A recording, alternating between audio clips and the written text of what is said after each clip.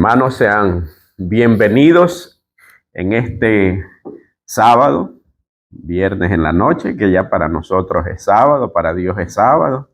Y vamos a ponernos de pie para tener una oración y pedir la dirección del Espíritu Santo al estudiar su palabra. Oremos. Santo y bendito Dios, te agradecemos por este día sábado que tú has apartado desde la creación. Gracias porque nos permite, Señor, estar en tu casa. Queremos pedir la dirección de tu Espíritu Santo, oh Padre, para poder, al abrir tu palabra, que se abra nuestro entendimiento, podamos recibir tus enseñanzas y que nos persuada, Señor, tu Santo Espíritu para poder hacer tu voluntad y ponerlas por obra. Bendice a los hermanos presentes, bendice a los hermanos que no están en este lugar, que están en otra iglesia, Señor, y que tú estés con ellos en todo momento y todo lugar, y que el día de mañana sigamos alabando y glorificando tu nombre. Perdona nuestros pecados, te lo imploramos en el nombre de Jesús. Amén. Las Sagradas Escrituras tienen pasajes que a veces como que son un poco, no incomprensibles, porque Dios ha revelado su voluntad a través de su santa palabra, por lo tanto no podríamos decir incomprensibles. Pero sin embargo, en algún momento Jesús oró diciendo, te alabo, Padre, porque no le revelaste estas cosas a los entendidos, sino que nos las revelaste a nosotros, a los humildes, a los sencillos, ¿verdad? Pero hay un pasaje de la Biblia que está en el libro de Mateo capítulo 7, y versículos desde el 21 hasta el 23. Pareciera como que fuera una injusticia, como que hubiera algo allí como que desmotivante para cuando uno quiere realizar la obra de Dios aquí en la tierra. Miren lo que dice el versículo 21. No todo el que me dice, Señor, Señor, entrará en el reino de los cielos, sino el que hace la voluntad de mi Padre que está en los cielos. Muchos me dirán en aquel día, Señor, Señor, ¿no profetizamos en tu nombre y en tu nombre echamos fuera demonios? ¿Y en tu nombre hicimos muchos milagros? Y entonces les declararé, nunca os conocí, apartaos de mí, hacedores de maldad. De verdad que aquí como que desmotiva, ¿no? O sea, ¿de qué sirve hacer una obra tan grande? Porque no es cualquier obra. Aquí están personas que han profetizado, que echaron fuera demonios y que hicieron milagros. Y a estas personas Jesús les dirá, nunca os conocí. Entonces parece contradictorio, ¿no? Contradictorio porque hacen una obra que es totalmente dependiente de Dios. O sea, como dijeron en los tiempos de Jesús, ¿verdad? Bueno, le dijo Nicodemo, nadie puede hacer las obras que tú haces si Dios no está con él, ¿no? A echar fuera demonios no es algo sencillo, ¿no? Hacer milagros, no explica de qué milagros está hablando, pero se entiende que es algo sobrenatural, algo que está más allá de la capacidad de cualquier persona. Y sin embargo, este tipo de personas para Jesús son hacedores de maldad. Estuve investigando y la palabra que se usa aquí para maldad es una palabra griega que es anomía. Anomía, el significado que tiene es fuera de la ley, en contra de la ley, o que no practica la ley. Y es interesante, o sea, aquí da una idea de que sí se puede hacer milagros, ¿ya? Porque lo importante no es quién lo haga, sino por qué lo haga. De pronto uno de estos milagros es una sanación de una persona que Dios quiere sanarla, pues, y utiliza como instrumento a estas personas, aunque no esté guardando la ley. Pero entonces, eso significa de que para Dios, aparte de lo importante que podría ser una sanación de una persona, pues lo más importante, ¿qué cosa es? Guardar la ley. Pero se me vino a la mente, aquí dice que les dirá hacedores de maldad. Entonces yo me puse a pensar, maldad, maldad. Y esto me llevó al libro de Ezequiel, ¿ya? Pero primero vamos a ver Primera de Juan capítulo 3 y versículo 4. Antes de ver Ezequiel, Primera de Juan capítulo 3 y versículo 4. Un texto muy conocido. Este texto nosotros lo sabemos de memoria, ¿verdad? Primera de Juan 3, 4. Todo aquel que comete pecado infringe también la ley, pues el pecado es infracción de la ley. O sea, en otras palabras, y la palabra que utiliza aquí el apóstol Juan es la misma palabra anomía. O sea, en otras palabras, perdón, en otras palabras, anomía es infracción de la ley y anomía es maldad. Pero esta misma palabra es la que se usa en Ezequiel, el texto que les dije que íbamos a leer, Ezequiel capítulo 28 y versículos del 14 al 16. Vamos a utilizar bastante las Sagradas Escrituras. Ezequiel capítulo 28 y versículos del 14 al 16. Y aquí nos encontramos con la experiencia o con un personaje que tiene que ver mucho con lo que se vive en este planeta e inclusive con lo que se está viviendo, se ha vivido en el cielo. Ezequiel capítulo 28, vamos a leer desde el versículo 14, dice: Tú, querubín grande, protector, yo te puse en el santo monte de Dios, allí estuviste en medio de las piedras de fuego, te paseabas. Perfecto eras en todos tus caminos desde que se halló en ti maldad, hasta que se halló en ti maldad, a causa de la multitud de tus contrataciones fuiste lleno de iniquidad y pecaste, por lo que yo te eché del monte de Dios y te arrojé de entre las piedras de fuego, oh querubín protector. ¿De quién está hablando? Está hablando del ángel del querubín más excelso que estaba inmediatamente en la presencia de Dios. Miren que la Biblia dice que a Dios no lo ha visto jamás, pero Satanás sí. Estaba allí en la presencia. No cualquiera soporta la presencia de Dios. Inclusive los querubines, ¿verdad? Dice la Biblia que cuando adoran a Dios, estos seres tienen 6 alas, ¿verdad? Con 2 vuelan, con 2 alaban a Dios y con 2 cubren su rostro. O sea, tan elevada es su posición, ¿verdad? Que están inmediatamente en la presencia de Dios sin que sufran daño alguno. Pero sin embargo, dice que era tan elevado hasta cuando se halló maldad. Como el Antiguo Testamento fue escrito en hebreo, aquí no cabe la palabra anomía, pero lo que me llama la atención, ¿verdad? Es lo que dice el versículo 16. A causa de la multitud de tus contrataciones fuiste lleno de iniquidad y pecaste. No dice anomía, pero dice pecado. Entonces, a ver, vamos a puntualizar.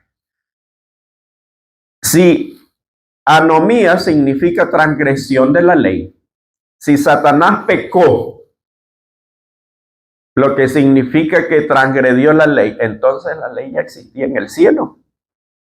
Por supuesto. Y esto desarma todo argumento de las personas que dicen, que la ley fue para los judíos. Un Dios de amor, un Dios de orden, y eso es lo que el cerebro, especialmente occidental, no puede entenderlo, porque para los judíos, la multicapacidad, la multifunción de Dios era comprensible y no estaba en discusión, pero para la mente occidental que heredamos nosotros muchas creencias griegas, es difícil poder comprender que Dios sea amor y justicia, que sea amor y castigo. No, la gente no lo puede entender. Pero la Biblia es clara. Entonces dice que pecó. Eso quiere decir que Satanás transgredió la ley. Porque eso dice San Juan. Porque eso significa anomía. Porque eso es lo que dice Jesús que le dirá a las personas que hicieron milagros pero que no guardaron la ley. Y luego nos acusan a nosotros como adventistas de que ponderamos mucho la ley. Y no es que nosotros ensalzamos la ley, es que la ley ha sido la forma de gobierno de todo el universo y lo será por la eternidad. Y lo fue desde la eternidad. Y miren lo que escribe Elena White. Lucifer, el hijo de la mañana, era el principal de los querubines cubridores, el principal. Esto está en Patriarcas y Profetas, en el capítulo número 1. Santo e inmaculado estaba en la presencia del gran Creador, y los incesantes rayos de gloria que envolvían al Dios eterno caían sobre él. Los rayos, yo les invito a que reflexionemos en la experiencia de Moisés cuando estuvo 40 días y 40 noches en la presencia de Dios, que cuando bajó no lo podían mirar y le dijeron, cúbrete el rostro porque tu rostro resplandece. Un ser mortal que no podía estar de frente ante Dios, ¿no? Pero sin embargo, a pesar de eso, sale con su rostro refulgente. Imagínense estar en la presencia mismo del Padre, reflejar sus rayos de gloria. Era un reflejo. Así como la luna dicen que no tiene luz propia, pero refleja ¿qué cosa? Los rayos del sol. Y la luna se la ve hermosa. Ha inspirado a los poetas. ¿Cuántas personas se enamoraron con un poema que le dedicaron, ¿verdad? Inspirados en la luna. Ha facilitado la conquista, ¿verdad? De muchas damas que han conquistado muchos hombres. A través de eso, no, es todo lo contrario. Pero bueno, el asunto es de que así como la luna refleja la luz del sol, también este querubín reflejaba la gloria de Dios. Pero ahí es donde vino el problema. Tenía tanta gloria del reflejo de Dios que creía que era propio, ¿verdad? Y ahí viene un pequeño inconveniente. Busquemos en el mismo Ezequiel el versículo 17, donde estábamos anteriormente. Ezequiel, estábamos en el capítulo 28, ¿verdad? Ezequiel 28, el versículo 17.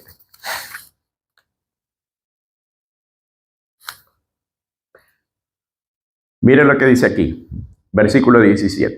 Se enalteció tu corazón a causa de tu hermosura, corrompiste tu sabiduría a causa de tu esplendor. Yo te arrojaré por tierra delante de los reyes, te pondré para que miren en ti. Con la multitud de tus maldades, de tus pecados, ¿verdad? Otra vez habla de maldades y ahora ya no solamente habla de maldad, habla de maldades, ¿verdad? El versículo 18. Y con la iniquidad de tus contrataciones profanaste tu santuario. Yo pues saqué fuego de en medio de ti, el cual te consumió, y te puse en ceniza sobre la tierra a los ojos de todos los que te miran. Y Satanás, dice la Biblia, que dijo, yo subiré al monte de Dios y allí en medio del monte de Dios pondré mi trono. Si quería ser igual a Dios, Satanás, ¿cuál fue el mandamiento que transgredió? ¿Cuál de los? Vamos a suponer que también hay 10 mandamientos allá. ¿Cuál fue el mandamiento que transgredió? No codiciarás. Exactamente. El de la codicia, no codiciarás. ¿Qué codició? El trono de Dios. ¿Qué codició? La omnipotencia de Dios. Allí en medio del trono de Dios pondré yo también mi trono. En el trono de Dios me sentaré. Y como dijo, escuchaba yo una predicación de un pastor que decía, a ver, si Dios está allí y él quiere sentarse en ese trono, quería destronar a Dios. Era obvio, ¿verdad? Y si podía, inclusive matarlo. ¿Por qué? Porque con el pecado se inventó la muerte también. Porque es producto o el resultado del pecado. En todo caso, el reflejo de Dios produjo la codicia y en Patriarcas y Profetas, también en el conflicto de los siglos. Elena White habla acerca de lo que sintió Satanás. Al comienzo empezó a dar cabida y como que estaba con dudas, pero ya después fue abiertamente. Y empezó su labor de rebelión, sembrando, dice así, a escondidas, ¿verdad? Y siempre ha sido la forma de actuar de Satanás y la forma de actuar de sus discípulos también, porque tiene discípulos. Hasta el día de hoy, y tiene sus discípulos dentro de la iglesia. Si no, ¿a qué creen que se refirió Jesús cuando dijo, o cuando habló de la parábola del trigo y la cizaña? La cizaña no es sembrada por Dios, dice que fue sembrada por el enemigo. ¿Y quién es el enemigo? Satanás. Entonces, la vanidad, el orgullo, lo llevó a codiciar el trono de Dios. Entonces, ahora podemos entender nosotros lo que quiere decir Jesús cuando dijo, pues, hacedores de maldad. Personas que hacen milagros, personas que están en un servicio aparente a Dios, pero que están dominados ¿por qué? Por la codicia, la vanidad y el orgullo. No le dan la honra y la gloria a Dios, sino por el contrario. Ellos quieren vanagloriarse a sí mismos. Jesús en Mateo capítulo 20, versículos 25 y 26, habló acerca de cómo era la ley, la forma de proceder, una de las leyes que habrá en el cielo, ¿verdad? Mateo 20, 25 y 26 es la forma como debe proceder un verdadero creyente. Entonces Jesús llamándolos dijo, sabéis que los gobernantes de las naciones se enseñorean de ellas y los que son grandes ejercen sobre ellas potestad. Eso es lo que sucede aquí, ¿verdad? Mas entre vosotros no será así, sino que el que quiera hacerse grande entre vosotros será vuestro servidor. La verdadera grandeza para el creyente, para el cristiano, para el que quiere echar fuera demonios, para el que quiere profetizar, para el que quiere hacer milagros, es primero ser el servidor de todos. Hacerlo no para ser visto, sino para honra y la gloria de Dios. En todo caso, ¿por qué Dios no permite que vayan al cielo estas personas? por una simple y sencilla razón.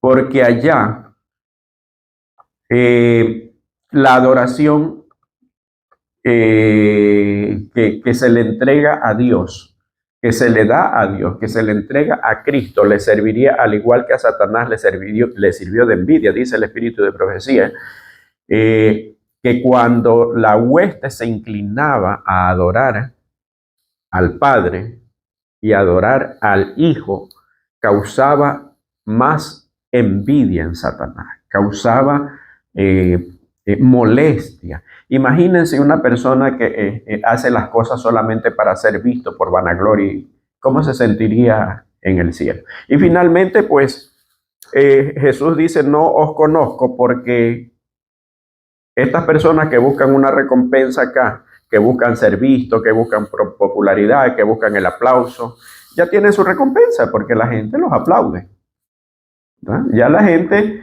ya ellos han tenido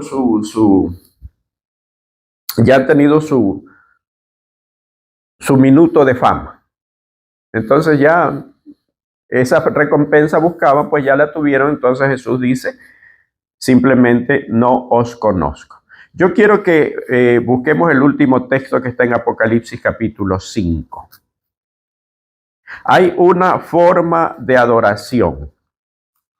Y en algún momento desarrollaremos este tema, porque es un tema muy elocuente.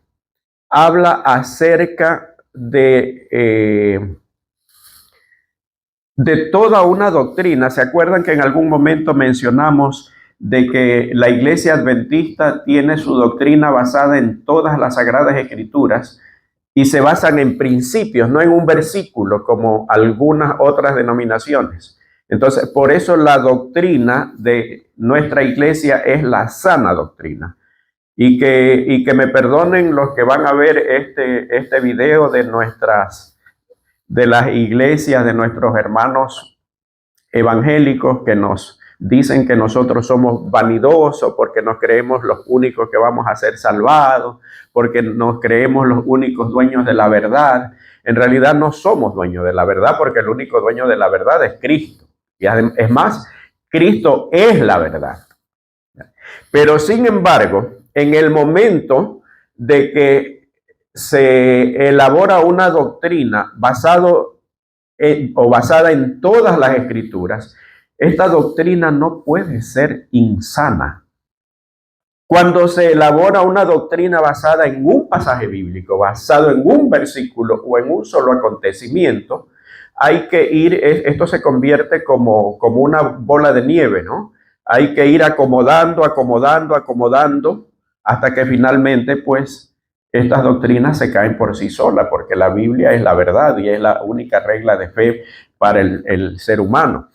Pero ¿qué pasa cuando nuestros hermanos evangélicos, y no es que estoy en contra de ellos, tengo muchos amigos evangélicos, pero ¿qué pasa?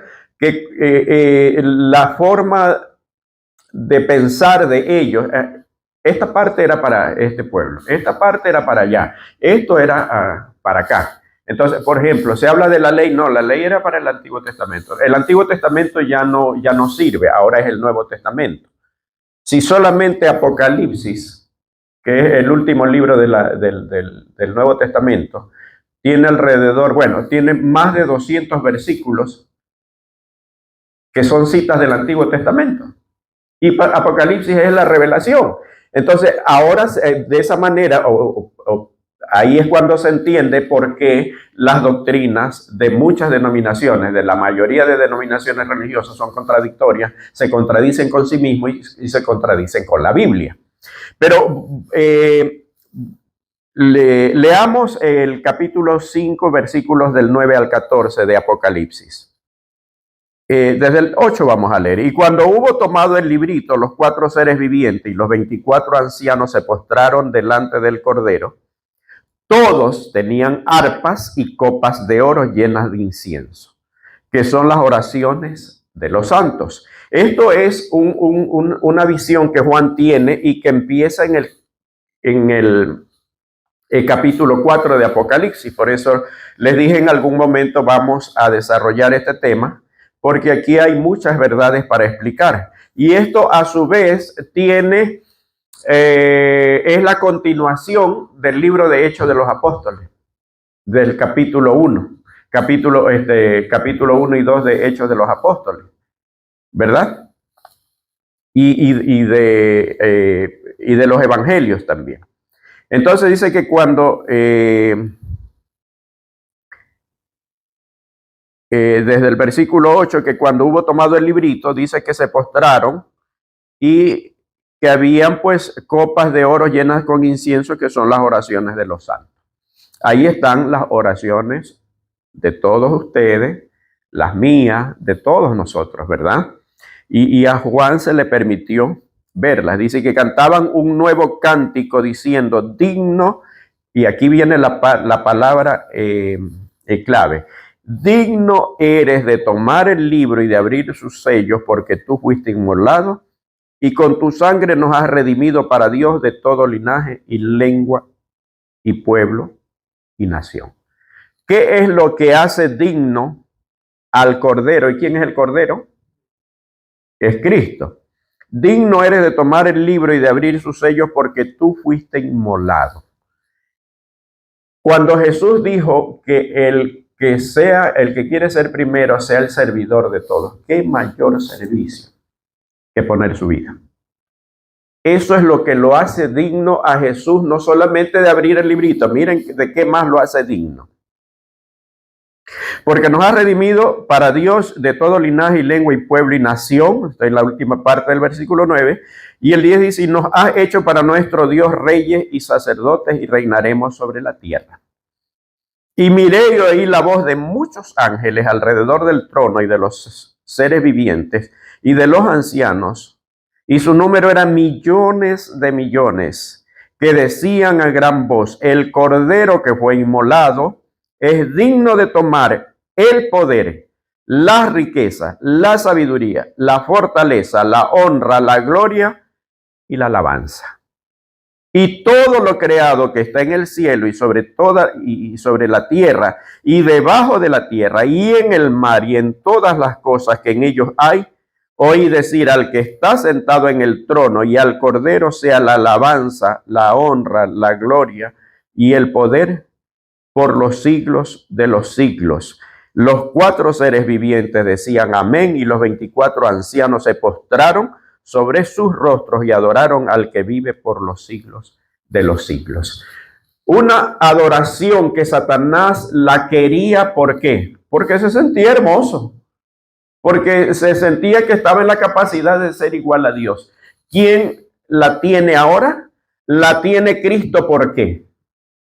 Porque su vida fue servicio, porque su vida fue dar, porque su vida fue amor, porque eso es lo que dice Juan 3:16. De tal manera amó Dios al mundo que ha dado a su Hijo unigénito. Hermanos, si el servicio que nosotros ofrendamos a Dios no es hecho por amor, estaremos en el listado de aquellos que Jesús les dice, no los conozco, nunca los conocí. No solamente no los conozco ahora, jamás los conocí. Entonces, esa alabanza que Dios recibe y nosotros con corazón agradecidos viene de saber que somos, como dice Jesús les dijo a los discípulos, cuando ustedes hagan todos los que yo les mandé, tienen que decir siervos inútiles somos, porque aquellas cosas que debimos hacer, hicimos. Que lo que nos mueva al servicio sea el amor por las almas, el amor al prójimo, el amor a las personas por las cuales Cristo murió, sin hacer acepciones de personas, porque caso contrario es una forma de servicio que Dios no solamente no aprueba, sino que no acepta. Entonces yo quiero orar para que Dios Permita que su Espíritu Santo siempre nos mantenga con los ojos abiertos, que no nos desviemos, que nos contagie de ese amor que tuvo Cristo para poder dar su vida. Así que vamos a ponernos de pie para orar. Te agradecemos, querido Padre, por tu palabra, por tu Hijo, porque lo que hace digno, Señor, lo que lo hace digno de la alabanza, de la honra, de la gloria, de la adoración, es el haber entregado su vida. Esto es lo que entendió, Señor, el apóstol Pedro cuando dijo: en ningún otro hay salvación, porque no hay otro nombre bajo el cielo dado a los hombres en que podamos ser salvos. Señor, danos la humildad que tuvo tu Hijo. Amén. Danos el amor que tuvo Él por nosotros, para que por amor nosotros podamos, Señor, ir a buscar a las personas que perecen. Acompáñanos, oh Dios. Bendice a los hermanos presentes y bendice a los hermanos que por alguna razón no han podido venir. Y perdona nuestros pecados, te lo imploramos en el nombre de Jesús. Amén.